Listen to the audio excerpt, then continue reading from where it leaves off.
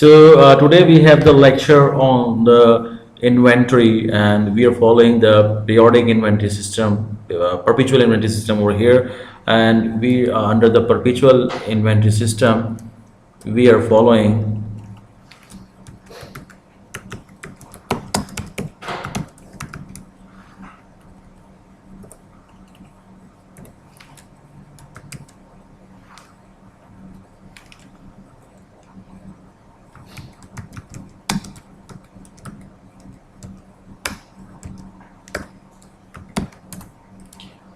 FIFO method. So here in this question, first of all, we have to find out first in, first out. It means item will be sold first, that one is coming first. So here, first of all, let's put the headings: dates, transaction, units, price, and finally amount.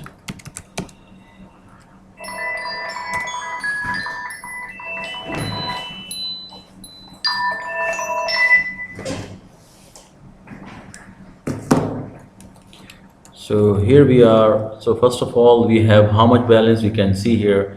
200 units at 3.5. So I'm recording here transaction 1, right? That is the beginning inventory.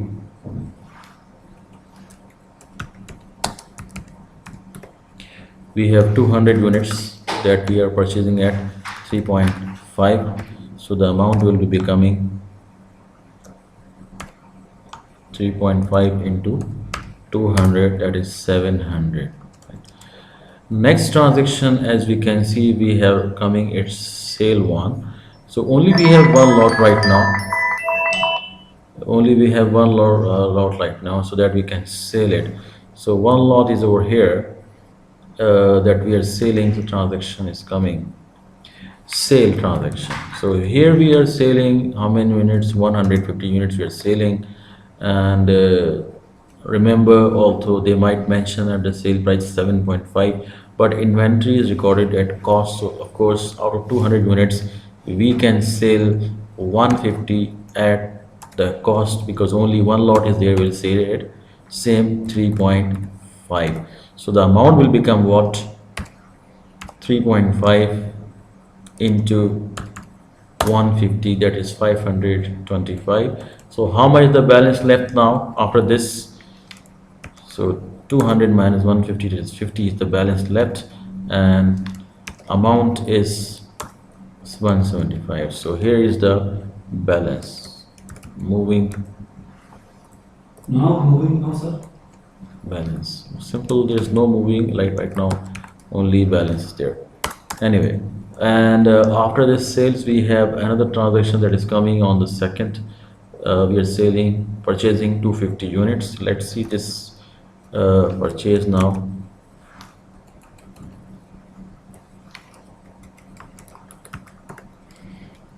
$250 units at the price of 3.5, 3.3 rather. So we are purchasing at 3.3. So the amount will become 3.3 and multiply by 250, that is 825. After this transaction purchase, third transaction is coming of the sale one. We are selling 100 units. So now the issue comes, now we have to see it, that we have here two lots. We have one is the balance there, and another one that we purchased here. So because we are following the first in first out methods, right, that we have to see it, which one which one will be sold first. In the balance, this is 50, but we have this come earlier, and then this purchase coming later. So first in first out means we will sell this one first and 250 later, right? So what I'm doing is just put line here, and now the sale is coming, right? So third transaction is the sale transaction, and remember, we are selling 100, we are selling 100 units, right? This is the third one that we have, and here we have sale. 100 unit we have to sell, but the problem is there that right now we have two lots. First one only 50 units and second one 175. So of course first in first out we should sell first of all from this 50 units we should sell at what price? Remember, right? Because here we have balance is coming at 3.5 only, because 200 units we had 3.5 and same was sold at 3.5. So 50 units are coming at 3.5 only. So first of all we'll sell 50 unit at 3.5, right? So the value will become 3.5 multiplied by 50, that is 175. Remember we had to sell 100 units, but out of this the first lot was having only 50 units. So the next 50 units you must have to sell from the second lot. This is this one there. So next 50 units I'm selling this, and this lot was having rate 3.3. So this is the rates there. So the amount is becoming 165. So what, this is the total sales value you have this time there, and let's see how many units are left. So if I put the balance here, right, so balance we are getting it. Remember that there we had two lots, 50 and 250. This 51 is totally sold, and from this 250 50 units sold. It means we have from this lot 200 units at the rate of 3.3. So here we can see 200 units we have at the rate of 3.3. So the amount will become 660. This is the balance we have, and after this sales we have another transaction that is coming. Excuse me, the balance is. Oh, okay. Yes, yes. So now we are having the fourth transaction, that is the purchase. 200. So in the purchase transaction, how many units you're purchasing? 200 at the rate of 3.1. So 200 at the rate of 3.1. So here we show the amount. This is coming 620, right? So after this purchase, we have sale coming. Remember, until the purchase is coming, you will show them.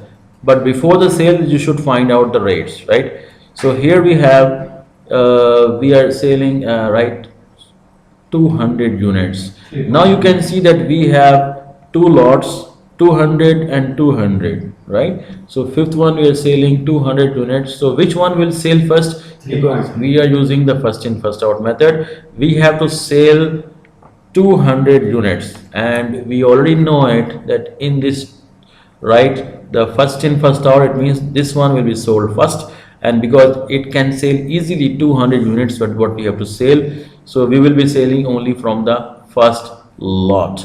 So here we have the fifth one, the sale one, sale. So we are selling 200 units, so 200 units, and at which rate will sell? Remember, first lot will be sold, the rate will be used of the first lot one. So here we have 3.3 is the rate, and amount becomes this one 660, right? So we already sold this lot, right? And now how much is the balance left now, right? 200 units. Balance left we can see is, 3.1. we can see only this rate is left, right? So I can record here balance and 200 units left, and because after the two we sold 203.3 and 203.1 rate is left, so let's put 3.1. so this is the balance is left on the fifth one, and now we're having sixth one. 6 is there, and purchase transaction is again coming. So let's put the purchase transaction here. 350. 350 units you're purchasing at 3. So we have 350 units that we are purchasing at 3. So amount comes 1050, and after 6 the again sale is coming. Of course here if sale is coming I should sell it, but first in first out method. Remember, so we have to sell 300 units, and we have two lots, right? We have two lots. So here what I will do over here, I'll see about that. First of all, 3 out of 300 we have to sell. The first in first out, this lot is coming first, I will sell this one first, right? So we have the sale here, and 200 I will sell at which rate? 3. 3.1. 200 at 3.1. Next one, 103.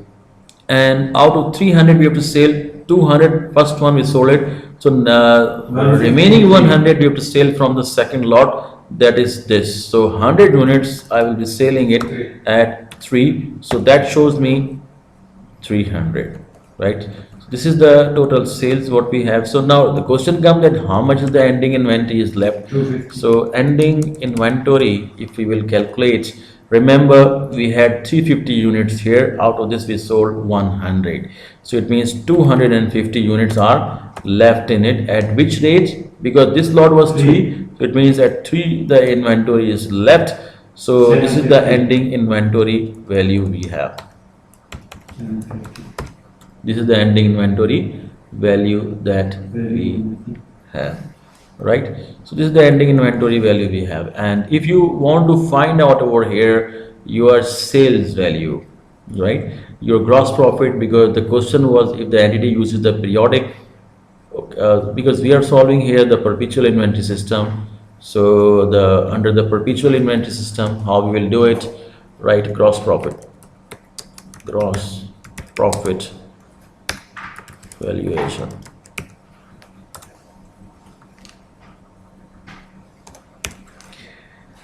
So here we have So both same value ending inventory for both case. Not same so value. how much is our sales? We can find out the sales, and how much is our sales. Sales units are how many? First of all,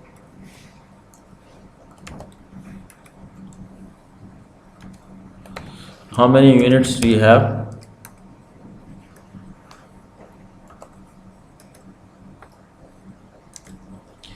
So how many units we are selling here? Let's calculate here. This is mentioned, right? 150, 100, 250, 250, 200, 450, 453, 750, right? So if if you want to add up, you can here in the inner column you can show that first of all you are selling 150 units, then add up 100 units, then add up 200 units, then add up 300. Remember the way I'm solving it, it is really helpful in the essay type questions, right? So you can take a lot of help to solve it in essay type questions.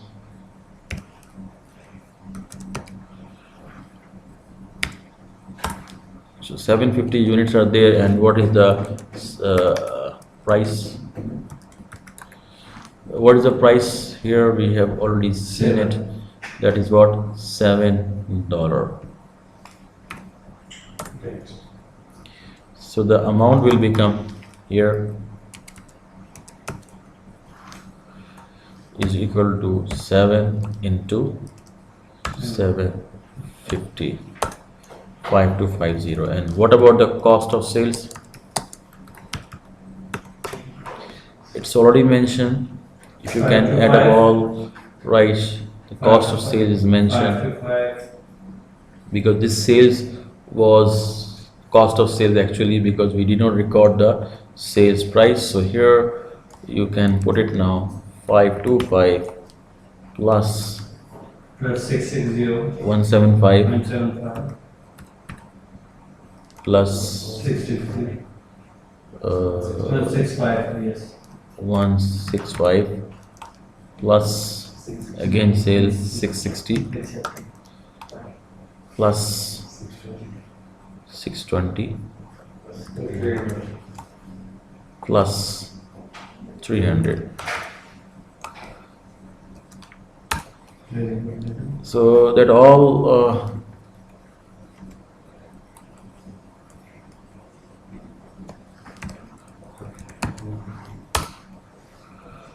and total amount that will become cost of sales as we have calculated. So here we can get it easily that our gross profit will be sales minus cost of sales. This is our gross profit. In both cases, profit is same, sir. No. 224 last one.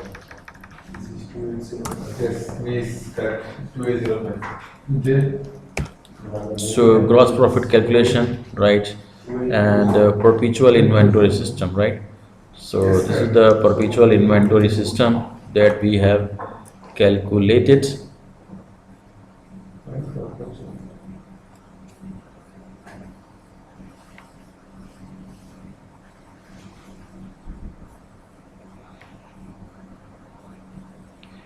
So perpetual inventory system, and here we have FIFO method.